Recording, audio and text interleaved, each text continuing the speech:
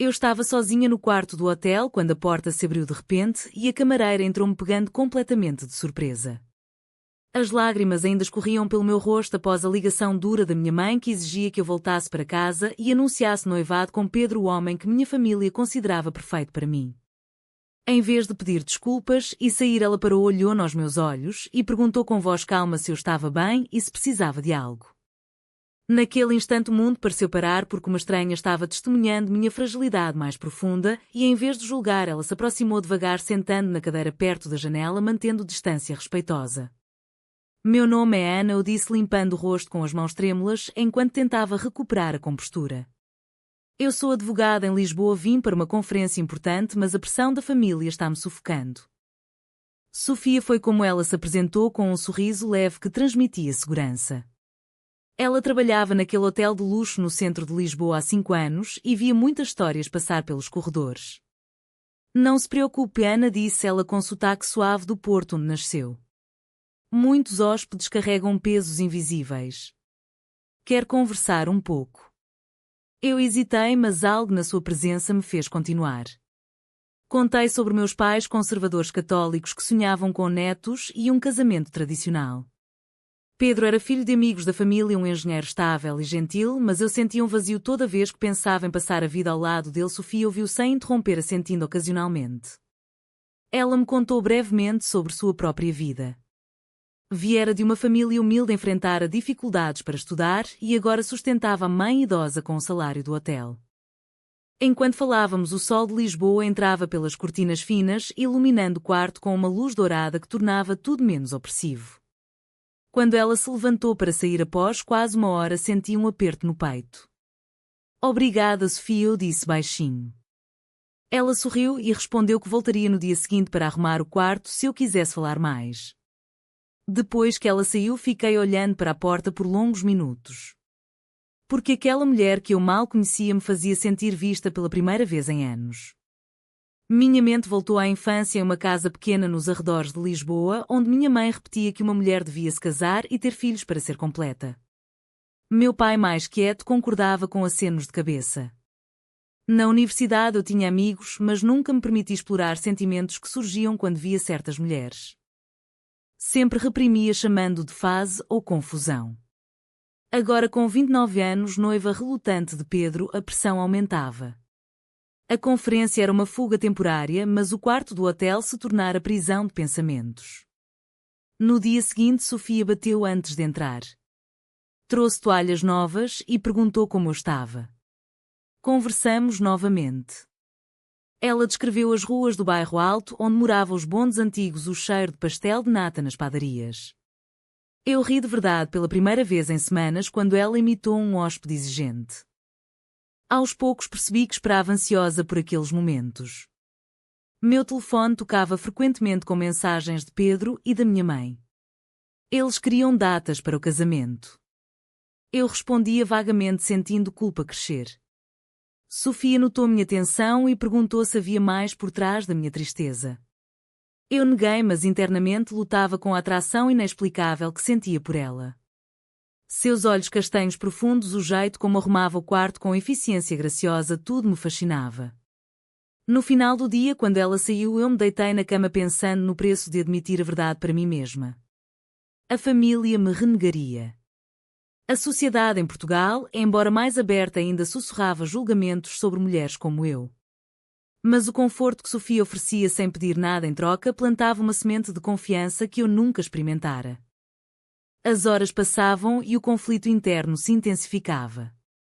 Eu andava pelo quarto revivendo cada palavra dela. Decidi que no dia seguinte perguntaria mais sobre sua vida para entender melhor aquela conexão que surgia tão rápido. O hotel pulsava com vida ao redor, mas dentro do quarto eu começava a questionar todas as escolhas que me trouxeram até ali. A confiança estava nascendo em um lugar inesperado e eu temia o que viria a seguir. No dia seguinte, Sofia chegou mais cedo, trazendo um pequeno buquê de flores silvestres que colhera no caminho para o trabalho. Disse que pensou que alegraria o quarto. Agradeci, sentindo o coração acelerar de forma inexplicável. Sentamos perto da janela aberta com vista para o Tejo e conversamos por mais tempo. Sofia revelou mais sobre seu passado. Tivera um relacionamento sério anos atrás com uma mulher chamada Marta que trabalhava no mesmo hotel. Marta atraíra com um hóspede rico, deixando Sofia devastada e desconfiada. Aprendera a proteger o coração, mas ainda acreditava que a confiança verdadeira existia, embora rara. Eu escutei fascinada pela honestidade dela. Meu próprio segredo queimava dentro de mim. Admiti timidamente que nunca me sentira completamente atraída por Pedro, que o noivado era mais uma expectativa familiar do que desejo meu. Sofia não julgou, apenas segurou minha mão por um instante em gesto de apoio. O toque enviou uma onda de calor pelo meu corpo que me assustou e ao mesmo tempo excitou emocionalmente. Caminhamos juntas pelo corredor do hotel e depois ela me convidou para um passeio rápido após o turno dela. Aceitei apesar do medo. Lisboa se abria para nós com suas ruas de paralelepípedos, o castelo de São Jorge ao fundo e o aroma de mar misturado com café. No café pequeno perto do hotel, Sofia falou sobre os desafios de ser quem ela era em uma sociedade ainda marcada por preconceitos antigos, embora Portugal tivesse avançado com leis de casamento igualitário. Contou como a mãe aceitara a sua orientação sexual com dificuldade, mas o bairro inteiro sussurrava. Eu compartilhei minhas próprias lutas internas, o medo de decepcionar os pais, o conflito moral entre o que a igreja ensinava e o que meu coração sussurrava. Cada palavra trocada aprofundava a conexão. Quando voltamos ao hotel, senti que algo mudara. A atração era inegável, mas eu resistia por causa do noivado e da família. Naquela noite Pedro ligou insistindo para que eu voltasse logo. A conversa terminou em discussão e eu chorei novamente. Sofia apareceu para o turno da noite e me encontrou assim. Em vez de arrumar o quarto, apenas sentou e ouviu. Disse que eu merecia escolher meu próprio caminho mesmo que doesse. Suas palavras ecoaram em mim como uma verdade que eu evitava. Os dias seguintes seguiram um padrão semelhante. Conversas mais longas, passeios curtos pela cidade, confiança crescendo. Mas o conflito interno aumentava. Eu evitava responder mensagens da família, inventando desculpas para estender a estadia no hotel. Internamente debatia se a atração por Sofia era real ou apenas fuga do stress. Uma tarde encontramos uma amiga de Sofia no café. A conversa casual revelou que Sofia já enfrentara demissão ameaçada por um gerente que descobrira sua orientação. Ela sacrificara muito para manter o emprego discreto. Isso me fez refletir sobre o preço que ela pagava diariamente. Eu me perguntava se teria coragem para pagar preço semelhante. A tensão subia gradualmente. Uma ligação da minha irmã trouxe notícia de que meus pais planejavam visitar Lisboa para me surpreender com Pedro. O pânico tomou conta. Sofia notou e ofereceu apoio, mas eu me afastei ligeiramente com medo de que alguém visse nossa proximidade. O desejo de confiar completamente batalhava contra o medo de perda. No final dessa fase, eu tomei uma decisão pequena mas significativa. Convidei Sofia para jantar em um restaurante discreto longe do hotel. Era o primeiro passo consciente em direção ao desconhecido e o peso das consequências começava a se fazer sentir. O jantar com Sofia foi tenso e revelador. Escolhemos um restaurante pequeno em Alfama com vista para o rio e luzes suaves. Conversamos sobre sonhos. Ela queria abrir uma pequena livraria um dia, eu sonhava com independência longe da sombra familiar. Mas a pressão externa invadiu quando meu telefone tocou. Era minha mãe anunciando que ela e meu pai chegariam em 2 dias com Pedro para resolver o noivado. Desliguei pálida. Sofia perguntou o que acontecia e eu desabei contando tudo. A família esperava anúncio oficial em breve. Sofia ouviu com paciência, mas vi dor em seus olhos. Perguntou se eu realmente amava Pedro. Minha resposta hesitante confirmou o que ela suspeitava. Naquela noite caminhamos pelas ruas estreitas de Lisboa sob o luar. Sofia segurou minha mão por um momento e eu não soltei. O gesto simples carregava peso enorme. De volta ao hotel, nos abraçamos brevemente antes dela sair. O conflito moral explodiu em mim. Era errado trair Pedro emocionalmente. Era errado ignorar a atração por Sofia. A família me criara para valorizar tradição e fé. No dia seguinte a conferência terminou, mas eu adiei a partida. Encontrei Sofia durante o turno dela e falamos sobre possibilidades. Ela admitiu sentir o mesmo, mas temia-me machucar ou perder o emprego se o relacionamento se tornasse público. O gerente do hotel era conservador e já demonstrara preconceito sutil. A tensão aumentou quando Pedro ligou inesperadamente dizendo que chegaria mais cedo. Entrei em pânico e evitei Sofia temporariamente. Internamente lutava com a culpa. Trair expectativas familiares era pecado aos olhos deles. Mas negar meus sentimentos parecia traição a mim mesma. Sofia confrontou minha distância com gentileza. Disse que entendia o medo, mas que confiança exigia coragem mútua. Marcamos outro encontro discreto. Durante o passeio pela Praça do Comércio, o vento do Tejo parecia levar embora algumas dúvidas. Mas a realidade bateu forte quando vi uma mensagem da minha irmã avisando que meus pais já estavam a caminho. Decidi contar parcialmente a verdade para Sofia. Admiti que pensava em romper noivado, mas o medo de perder apoio familiar me paralisava. Sofia compartilhou a história de traição passada, novamente enfatizando como Marta escolhera segurança financeira sobre amor verdadeiro. Isso me fez questionar minhas próprias escolhas. O confronto familiar se aproximava e eu sentia o preço crescendo. Na noite anterior à chegada dele, Sofia e eu nos encontramos no quarto. Conversamos até tarde. Ela me beijou suavemente na testa em gesto de afeto puro. O momento foi elétrico, mas respeitoso.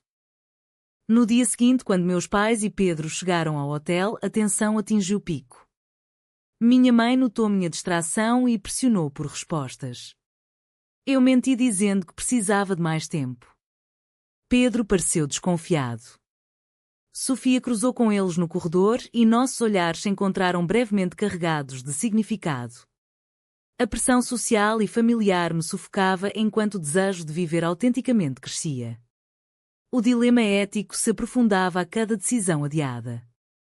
A visita da família trouxe confrontos diretos. Meus pais reservaram mesa em restaurante elegante e insistiram que Pedro e eu anunciássemos planos. Durante o almoço, minha mãe elogiou virtudes de Pedro e lembrou deveres de filha. Eu me sentia encurralada. Pedro notou minha frieza e perguntou em particular se algo mudara. Hesitei, mas não confessei. Depois do almoço, encontrei Sofia no hotel. Ela ouviu o meu relato com preocupação crescente.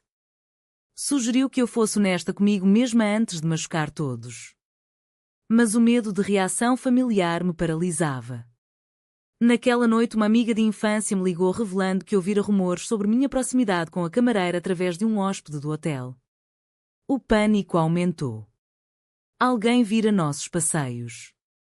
A traição veio quando o gerente chamou a Sofia para conversa séria sobre comportamento inadequado com hóspedes. Ela foi advertida e ameaçada de demissão. Sofia me contou chorando pela primeira vez. O sacrifício dela por nossa conexão emergente era real e doloroso. Eu me senti culpada por trazer problemas para sua vida estável. Internamente debatia se continuar valia o custo. Meus pais prolongaram a visita pressionando mais. Uma discussão acalorada aconteceu no quarto de hotel quando minha mãe encontrou um bilhete de Sofia entre meus pertences. Ela exigiu explicações e eu neguei inicialmente, mas a verdade escapou em parte. Admiti sentir confusão sobre meus sentimentos.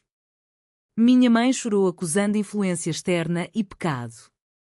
Meu pai ficou em silêncio desaprovador. Pedro confrontou-me pedindo verdade.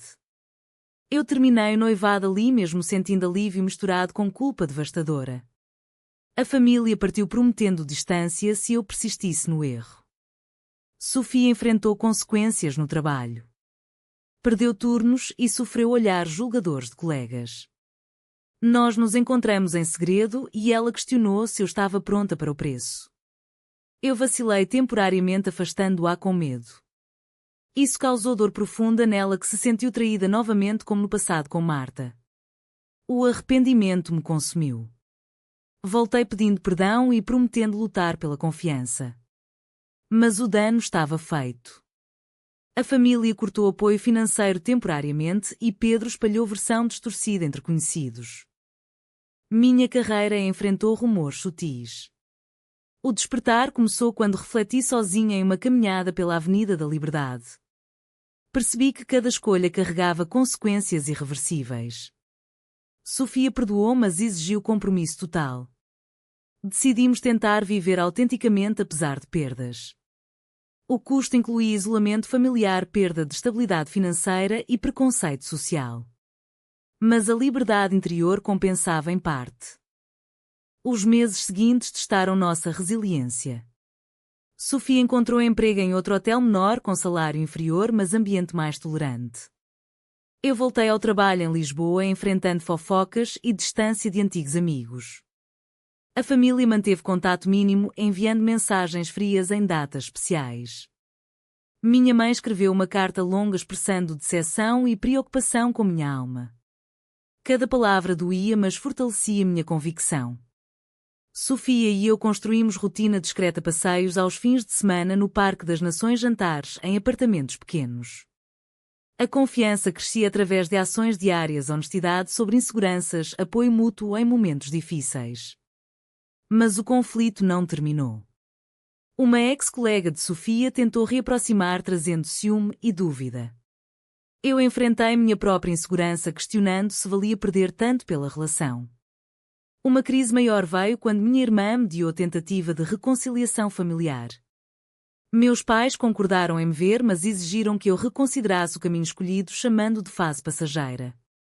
O encontro foi doloroso, com acusações veladas e lágrimas. Eu mantive posição, afirmando que amar Sofia não me tornava menos filha ou pessoa. Eles saíram magoados, prometendo orações, mas sem aceitação plena. Sofia pagou preço adicional quando mãe dela enfrentou pressão do bairro e adoeceu de estresse. Cuidei dela ao lado de Sofia, sentindo o peso da responsabilidade. O despertar completo aconteceu durante uma noite em que caminhamos pela praia de Cascais. Refletimos sobre todas as perdas, ganhos e lições. Percebi que confiança verdadeira exigia vulnerabilidade constante e aceitação de consequências. Decidimos morar juntas em apartamento pequeno em Lisboa, aceitando vida mais simples mas autêntica. O relacionamento floresceu com respeito, carinho e crescimento mútuo. Apesar de feridas permanentes, a alegria de viver sem máscaras compensava. Olhando para trás, cada decisão controversa moldou quem eu era, agora mais forte e consciente. O preço foi alto, mas a liberdade interior inestimável. A sociedade ainda sussurrava, mas nós caminhávamos de cabeça erguida. No final, após todos os confrontos, sacrifícios e reflexões, surge a questão que permanece aberta para reflexão: foi correto priorizar o amor autêntico e a confiança mútua mesmo enfrentando rejeição familiar, perda financeira e julgamento social, ou deveria Ana ter escolhido o caminho esperado para preservar harmonia e estabilidade?